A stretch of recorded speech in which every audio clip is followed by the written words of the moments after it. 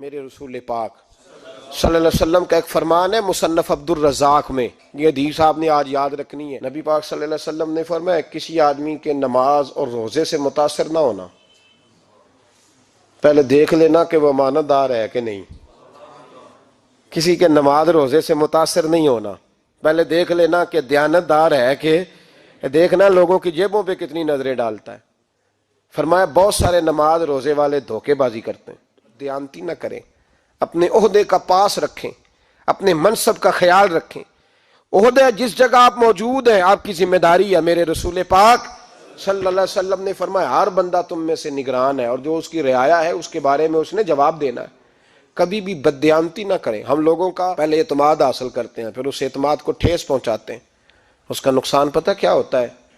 دنیا میں سب سے کمزور شخص وہ ہوتا ہے جس پر کوئی اعتبار نہیں کرتا۔ جس کا اعتماد ضائع ہو جائے وہ آدمی بکھر جاتا ہے۔ کبھی بھی دھوکہ دہی کی پالیسی نہ بنائیں۔ ہم لوگوں سے مفادات لینے کے لیے اپنے رویے میٹھے کرتے ہیں، اور جب کام نکل جاتا ہے پھر ہمارے رویے بدل جاتے ہیں۔ یہ دھوکہ ہے، یہ بددیانتی ہے، اس کو اللہ رسول نے پسند نہیں کیا۔ میرے نبی پاک علیہ السلام نے فرمایا جس میں 3 باتیں پائی جائیں وہ تو منافق ہے۔ اگرچہ علماء کہتے ہیں یہاں منافق اعتقادی مراد نہیں، منافق عملی مراد ہے، لیکن حضور نے فرمایا منافق ہے۔ یا رسول اللہ کون؟ فرمایا وہ بندہ جب بات کرے تو جھوٹ بولے، جب وعدہ کرے تو مخالفت کرے، جب امانت رکھی جائے تو بددیانتی کرے، یہ تو بندہ منافق ہے۔ حضرت ابو نور علیہ رحمہ نے لکھا ہے، فرماتے ہیں محمود غزنوی کا دور تھا تو ایک آدمی محمود غزنوی کے پاس نا اپنا کیس لے کے آیا، مدعی بن کے آیا۔ اس نے کہا بادشاہ میرا کیس بڑا نرالا ہے۔ بادشاہ سلامت نے کہا وہ کس طرح؟ کہنے لگا یہ میرے پاس ایک تھیلی ہے، میں نہ سفر پہ جانے لگا تو یہ تھیلی پوری ہیروں کی بھری ہوئی تھی۔ فلاں علاقے کے جو قاضی صاحب ہیں نا، میں جاتی دفعہ میں کہیں سفر پہ جا رہا تھا تو میں ان کے پاس چھوڑ گیا کہ رستہ لمبا ہے، کہیں کوئی مجھ سے چھین نہ لے، ہیروں کی بھری ہوئی تھی۔ کچھ دنوں کے بعد میں واپس آیا ہوں، قاضی صاحب نے مجھے تھیلی واپس کی ہے تو اس میں ہیروں کی بجائے کھوٹے سکے نکلے ہیں۔ اب میں نے قاضی صاحب سے کہا ہے تو قاضی صاحب تو میرے گریبان تک آتے ہیں، وہ کہتے ہیں بتا کہیں سے پھٹی ہے، کھلی ہے؟ وہ جس طرح ٹانکے لگا کے تو نے سی تھی اسی طرح لگے ہوئے ہیں کہ نہیں؟ تو حضور لگے بھی بالکل اسی طرح ہے، نہ پھٹی ہے نہ کھلی ہے۔ اب میں لٹ گیا ہوں، میری کل عمر کی کمائی ضائع ہو گئی، کھوٹے سکے کہاں اور ہیرے کہاں؟ تو مہربانی کریں، اور آپ کی بارگاہ میں اللہ رسول کے نام پر حلف دیتا ہوں کہ میں ہوں بالکل سچا۔ محمود غزنوی کہنے لگے تو جا، تھیلی چھوڑ جا، اور جب میں تجھے بلاؤں گا پھر دوبارہ آنا۔ وہ شخص چلا گیا۔ محمود غزنوی اٹھے، دربار برخاست کیا، لوگوں سے کہنے لگے چلے جاؤ میں 3 دن کے لیے سیر کرنے جا رہا ہوں، 3 دن کے بعد لوٹوں گا۔ اکیلے جب رہ گئے نا محمود دربار میں تو محبوب نے چھری منگائی۔ وہ جس تخت پہ بیٹھتے تھے وہاں گدا بچھا ہوا تھا، یہ گدا پڑا ہے نا، وہ گدا بچھا ہوا تھا۔ محمود نے چھری کے ساتھ اس کو پھاڑ ڈالا اور چھری جیب میں رکھی نکل گئے۔ کہنے لگے میرے بعد کوئی میرے دربار والے احاطے میں داخل نہ ہو۔ محمود چلے گئے۔ اب وہ صفائی کرنے والا جب آیا نا، اس نے آ کے دیکھا تو گدا تو پھٹا ہوا ہے۔ اس نے شور ڈال دیا، پہرے دار بھی آ گئے، فلاں صاحب بھی آ گئے، فلاں صاحب۔ اس نے کہا او خدا کے بندو، اس کا گدا پھٹ گیا ہے، وہ تو مار ڈالے گا۔ اس نے کہا تھا سوائے صفائی اور نگرانی والے کے دوسرا آئے کوئی نہ، اور یہاں آیا بھی کوئی نہیں، پہلے دن ہی پھٹا ہوا ہے تو لٹکا دے گا سب کو، کیا کریں؟ شور ہو گیا، سارے دربار کے ملازمین اکٹھے ہو گئے۔ ایک بندہ بولا، کہنے لگا فکر نہ کرو، میں کیسے بندے کو جانتا ہوں، اس طرح سیے گا کہ جس نے پھاڑا ہوگا اسے بھی پتہ نہیں چلے گا کہاں سے پھٹا تھا، ایسا بہترین رفو کرے گا کہ پتہ بھی۔ اس نے کہا یار ہم سارے 1 مہینے کی تنخواہ دیتے ہیں، تو بندہ بلا۔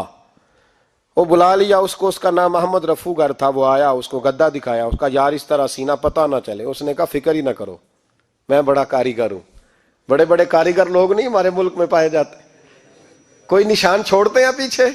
بڑے کاریگر کا پیسے ہونے چاہیے، بڑے بڑے کاریگر بندے۔ آپ یقین کریں ایسا فلسفہ، یہ عمرہ عبادت ہے نا، سرکار دو عالم صلی اللہ علیہ وسلم کی بارگاہ کی حاضری بڑی نعمت ہے نا۔ تو سعودی گورنمنٹ نے پابندی لگا دی، خیر ان کی بھی زیادتی ہے، اس طرح کی پابندیاں شریعت اسلامیہ میں جائز نہیں۔ اللہ کے گھر مسلمان جب چاہے جا سکتا ہے، لیکن وہ کہتے ہیں جی 2000 ریال دے جس نے 2 سال بعد بھی آنا ہے۔ انہوں نے پابندی لگائی تو ہمارے ایجنٹوں نے بھی کئی خاص ٹریننگ حاصل کی ہوئی ہے، پتہ نہیں کہاں سے سیکھ کے آئے، انہوں نے بھی رستہ نکال لیا۔ ایک صاحب سے میں نے کہا کہ جناب وہ 2000 ریال لگ گیا تو کیا کرنا ہے؟ کہنے کوئی مسئلہ نہیں، پاسپورٹ نواں بنوا لو، گنجائش ہے، یعنی ہر شے کا حل ہے۔ وہ میں نے کہا یار اب عمرہ کرنے جاتے وقت بھی بندہ دھوکہ دے کے جائے، اللہ کے گھر جاتے وقت بھی اس طرح کی حرکت کرے، کیا حال ہو گیا؟ ہر چیز کا لوگوں نے حل نکال لیا، ہر چیز کا لوگوں نے سٹائل بنا لی۔ ایسا نہ کریں، یہ درست نہیں۔ احمد رفو گر کہنے لگا اس طرح سیوں گا کہ پھاڑنے والے کو بھی پتہ نہیں۔ ان کا پیسے لے یار تو سی دے۔ اس نے سی دی، اگلے شام ہی لا کے بچھا دیا گدا۔ تیسرے دن بادشاہ سلامت آئے، آ کے پہلی نظر گدے پہ ڈالی، اس نے بلایا سب ملازمین کو، کہا کس نے سیا ہے؟ کہا جناب کیا ہوا؟ کہا یہ پھٹا ہوا تھا۔ کس نے؟ کہا نہیں پھٹا ہی نہیں۔ وہ کہنے لگے بنو بات، میں خود پھاڑ کے گیا تھا، تو بتاؤ صحیح سیا کس نے ہے؟ کہا جناب آپ پھاڑ کے گئے تھے تو بتایا کیوں نہیں؟ فرمانے لگے اسی لیے تو بتایا نہیں تھا کہ تم خود تحقیق کر لو، بلاؤ بتاؤ سیا کس نے۔ تو بلا لیا، احمد رفو گر آ گیا۔ اس کو جب بلا کے سامنے بادشاہ کھڑا کیا، کہا بھئی تو نے سیا ہے؟ کہنے لگا حضور آپ کے سارے ملازم کٹھے ہو کے آئے تھے، میری غلطی کوئی نہیں۔ کہا نہیں یار تو بڑا کاریگر ہے، میں نے اپنے ہاتھ سے پھاڑا تھا پر مجھے بھی نہیں پتا چل رہا کہاں سے پھٹا تھا۔ اچھا یہ بتا یہ تھیلی جو ہے یہ بھی تو نے سی تھی؟ اس نے کہا جی آپ کے خادم کا ہی کارنامہ ہے، وہ فلانے علاقے کے قاضی صاحب آئے تھے، اس میں سے ہیرے نکال کے تو کھوٹے سکے بھرے تھے، تو مجھے بھی تھوڑا سا حصہ ملا تھا۔ محمود نے سارے گواہ بھی اکٹھے کر لیے، ثبوت بھی اکٹھے کر لیے۔ پھر قاضی کو بلایا، پہلے سارے ثبوت اور گواہ کیس حل کر لیا۔ پھر ہمارے ہاں یہ حال ہوتا ہے کہ مدعی 2-3 ہفتے کے بعد خود ہی ہاتھ باندھ جاتا ہے، کہنا تسی میری جان چھڈو، مجرم پھڑو پاوے نہ پھڑو۔ وہ کہتا ہے مجھے معافی دو، میں رہا۔ ظلم ہے نا، ظلم زیادتی ہے کہ جو بیچارہ اتنے سوال مجرم سے نہیں ہوتے جتنے مدعی سے ہوتے ہیں۔ اب یقین کریں اتنے سوالات ہوتے، بیچارہ ہف جاتا ہے۔ یہ طریقہ درست تو نہیں، ایک لٹ گیا اور دوسرا طرح طرح کے سوالوں کے جواب دیتا پھرے بیچارہ۔ سارے ثبوت اکٹھے کر کے قاضی صاحب کو بلایا، تنہائی میں لے جا کے محمود غزنوی نے کہا قاضی صاحب آپ سے غلطی ہو گئی، غریب آدمی تھا، وہ لٹ گیا ہے، اس نے تو بڑی مشکل سے کچھ ہیرے جمع کیے تھے اور اس کی کل کائنات تھی، تو آپ اس کا مال اسے دے دیں، بات ختم۔ قاضی صاحب کہنے لگے آپ مجھ پہ الزام لگا رہے ہیں، سوال ہی نہیں پیدا ہوتا۔ آپ میری داڑھی دیکھیں، آپ میرا اعزاز دیکھیں، دنیا جانتی ہے میں اس کا۔ قاضی صاحب انسان بھول ہی جاتا ہے، بندہ بھول جاتا ہے، غلطی ہوگی، مال نے کہا نہیں سب۔ کہا میں تنہائی میں پوچھ رہا ہوں، میں اس وقت پوچھ رہا ہوں جب دوسرا موجود کوئی نہیں، آج توبہ کر لے، میں کچھ نہیں کہوں گا، تو میری زبان پہ اعتبار کر، تجھے پتہ ہے میں جو کہتا ہوں اس پہ عمل بھی کرتا ہوں، باز آ جا۔ پر قاضی نے کہا نہیں میری غلطی کوئی نہیں۔ محمود نے پھر بڑے دربار میں بلا لیا، مجمع عام میں۔ مہلت کے دنوں میں جو توبہ کر لے وہ بچ جاتے ہیں، لیکن لوگ رسوائیوں کے دنوں میں پھر واپس لوٹتے ہیں اگلا گھر دیکھ کے، پھر حالات اور طرح کے ہو چکے ہوتے ہیں۔ جب بڑے دربار میں قاضی کو بلایا، بھائی تو مانتا ہے کہ نہیں؟ اس نے کہا نہیں۔ تو کہا بلاؤ احمد رفو گر کو۔ جب وہ احمد رفو گر آیا تو بوڑھے قاضی کی ٹانگیں کانپنے لگی، جملے ٹوٹنے لگے، لفظ زمین پر گرنے لگے، بات صحیح نہیں ہوتی، زبان لڑکھڑانے لگی۔ محمود کہنے لگے قاضی میں نے تجھے کہا تھا وہاں مان جا بات، اب بڑے دربار میں بول۔ تو جب قاضی صاحب کی گردن خود بخود جھک گئی تو دنیا سمجھ گئی، کہا نکل جا میرے دربار سے۔ محمود بولے نکل جا، اتنی تجھے عزت دی، اتنی بڑی تنخواہ دی، قاضی بنایا، اور یہ تھوڑی سی رقم کے لیے، تھوڑی سی رقم کے لیے تو بددیانت ہو گیا، چل چلا جا، نکل۔ قاضی دربار سے نکلا تو لوگ لعنتیں برسانے لگے۔ کل جو دکانیں چھوڑ کے سلوٹ کرنے آتے تھے وہ کہنے لگے اس کی عمر دیکھو، اس کے کام دیکھو، دیکھو اس نے کیا کیا۔ گھر گیا، بچے جن کے لیے پاپ کمایا تھا، جنہاں لی تو پاپ کمائے ہن کتھے نہیں ہو تیرے کر دے۔ وہ بچے کہنے لگے ابا جی ہم تو سکول مدرسہ جانے کے قابل نہیں رہے، امید تھی کہ بیوی ساتھ دے گی۔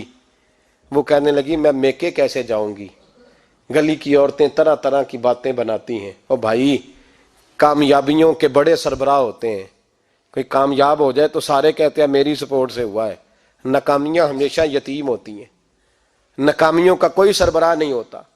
جب تک تو قاضی تھا تو بڑے بات تھی، ہر بندہ کہتا تھا رشتہ دار ہے، رسوائی ہو گئی تو وہ تیری آنکھ ہو یا سنگ ملامت کی چبھن، کون پہنچا ہے میرے درد کی گہرائی تک، دور شہرت میں تو یاروں نے کیا یاد بہت، ساتھ آیا نہ کوئی کوچے رسوائی تک۔ اور میاں صاحب کہنے لگے ساری عمر ہی آٹا گد ہے، میں لکھاں کیتے نہیں پیڑے، اب وقت آیا ہی تے محمد بخشا کوئی نہیں ہوں بیٹھا نیڑے، حالات ہی بدل گئے۔ قاضی خاموشی سے اندر چلا گیا، اپنی رسوائی سمیٹ کے بستر پہ لیٹا، نہ روٹی کی بھوک لگی، نہ پانی کی پیاس لگی، نہ نیند آئی، ساری رات تڑپتا رہا۔